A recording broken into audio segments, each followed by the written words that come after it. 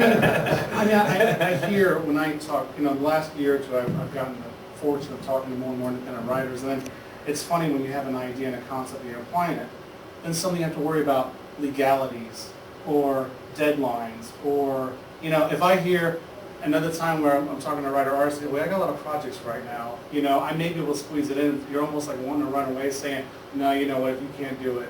Because I hear more and more of a problem. So I guess it's important then to get your ducks in a row before you start off with an idea. Am I right? Yeah.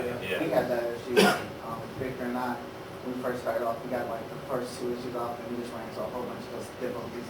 And we've argued ourselves. We've had vicious arguments before over the book, and we made amends and came back at it, and that's why that's when we relaunched the series. And we had the readings issue come out with #1 and make that a giant side.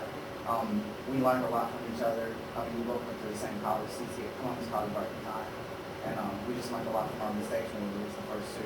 Like we were like releasing a book like once every year. Like that's not working. That's not working at all. Now, did you know each other beforehand? No, we met at CCAD, and what was it? That was your sophomore year, my freshman year. And like this is what I walked into, like as a comic book person. Like it was understood. Mike Watson was the comic book person when I came on campus.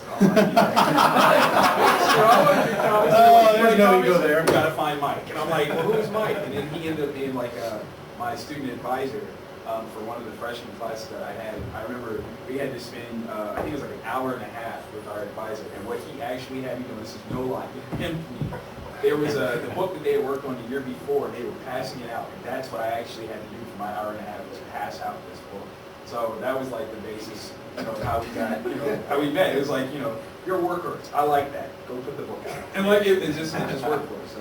But that is a funny thing where, when I wrote the No Gods books, I wanted to do all 6 issues at once. So I finished writing 144 pages, and I'm like, that's the toughest thing I've ever done. And then I go to get it drawn and get it produced, and I'm like, wow, I can't believe how easy writing is. That's just how it goes. I thought that was this great, incredible thing. Oh, I'm wiping the sweat off my brow. And then I try and get it produced, and I got to actually go back to writing comics. I was like, wow, the writing is just the easy part, It's amazing. The work that goes into it. Is it generally harder to, unless you know somebody, is it generally harder to get artists in general from your experiences? In my experience, it's not hard to find an artist, it's just hard to find one that will collaborate with you. Gotcha. That's been my experience. They want to change it. Or they decide, you built this big, powerful moment in this panel, and you've got it as one big panel, and they decide they want to break it into 3 panels. And you got to write back to them and go, man, it doesn't work in 3 panels, it's got to be one big. And I've had artists that I'll send them the script, and they'll literally send me the script back and say, let's do it like this, and they've rewritten the script. Mm-hmm. And I'm just like, I just want to pay you to draw. One writer here, please. So, in essence, I'll throw this one to Dave. Was it always your intent to write independently? I didn't really start out as a writer. I mean, when I was 14 and I started buying comic books, I told myself I was going to be a comic book artist. And so but I never really could sit down and really, had the determination to draw everything. So I just started sketching ideas out. And that's pretty much what I do. I sketch things out, I write, and then I kind of piece it together, then go to the script form. So I never really was aware of writers by name until years later. I mean, I was always following artists like a lot of people. John Byrne, that was my jam group, because I started collecting around 83. So I was always geared towards artists, and then it wasn't until years later where I started appreciating the writers. And I was like, I'm really more of a writer than I am an artist. And it took me a while to figure out, kind of figure my own identity in this whole scheme of things, what I wanted to do with that. So I think it's hard because a lot of times you associate yourself writing for a company, whether it's DC, Marvel, or whatever. But I mean, I would think when I was young that I wouldn't think about writing stuff on my own, just because you always tie yourself with other things that you're reading. I guess it's the benefit of getting older when you start when you start realizing things like that. Chad, when you're writing, what do you strive for normally when you write? There's a style of writing I like. I don't know what it is. I can't find it out there.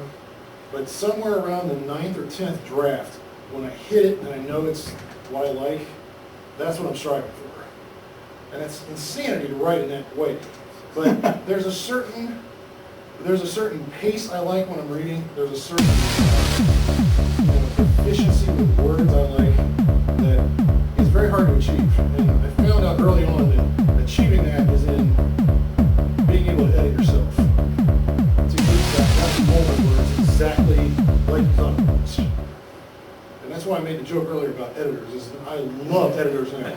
Because I've been fortunate, like I hired editors on my own when I was doing Return to Point Pleasant and Kill the Revisions because I wanted input. And you know, there was a guy out there, a guy named Kevin Melrose that writes for Comic Book Resources, and he and I had spent many dead table at a con talking shop about writing and whatever. I knew he had good ideas, so like when it came time to edit Kill the Revisionist, I called him and I said, listen, I really want you to edit this book. I really want you to tear it apart. And I really want you to make me cry, and I really want you to upset me and tell me why I can't make this the way I think it should be. And boy, did he do it. That's the best thing that ever happened to you. It is the best thing. I mean, it's like, originally I used to get really upset when editors would come back and hack something up, but it immediately struck me that, well, they're seeing something. They're being able to step one step away from it, which is something I can't do, and see the pentameter of the dialogue I'm trying to go for, the pacing of the story I'm trying to go for, and they can just lock that in. And 99% of the edits I've received in the last 5 years I've agreed with 1,000%. And have been so much better off having had them made versus trying to make that guess and that decision on my own. That's kind of like exactly where I was when I was first creating Hot Shot. And Victor came into this. I was not letting anybody touch it. My baby, don't I put would it let- on. I would You let could it even see a stay sketch in. of it. And then I let Victor read one of the issues, and instead of giving me feedback, Victor gave me like an 80-page booklet of how to write comics, and broke down Hot Shot in 5 parts, and like it was like a school book that would show you how to write. And so I was reading it and taking notes, and I was looking at the Boys and Girls Club, and I let one of the females there read it. Just like, this is what I'm working on, she wanted to read it. Had absolutely no pictures in it. It was all words. It was just a script. And she shops. She doesn't care for comic books, doesn't like any of that stuff. She is a stereotypical woman. After she read that book, she wanted to know when Hot Shot was coming out. She wanted to read other comic books, and she was faithfully reading Amazing Spider-Man every month that it came out. And then I went to him and said, I can admit my faults. I can't write, but I can draw. You made a female that has no interest in comic books want to read a comic book without any pictures. So you need to write this book. Guilty me. And that's a tough thing. It's a tough thing that you come across at first, and it happens in every artistic sense, whether it's music, writing, drawing.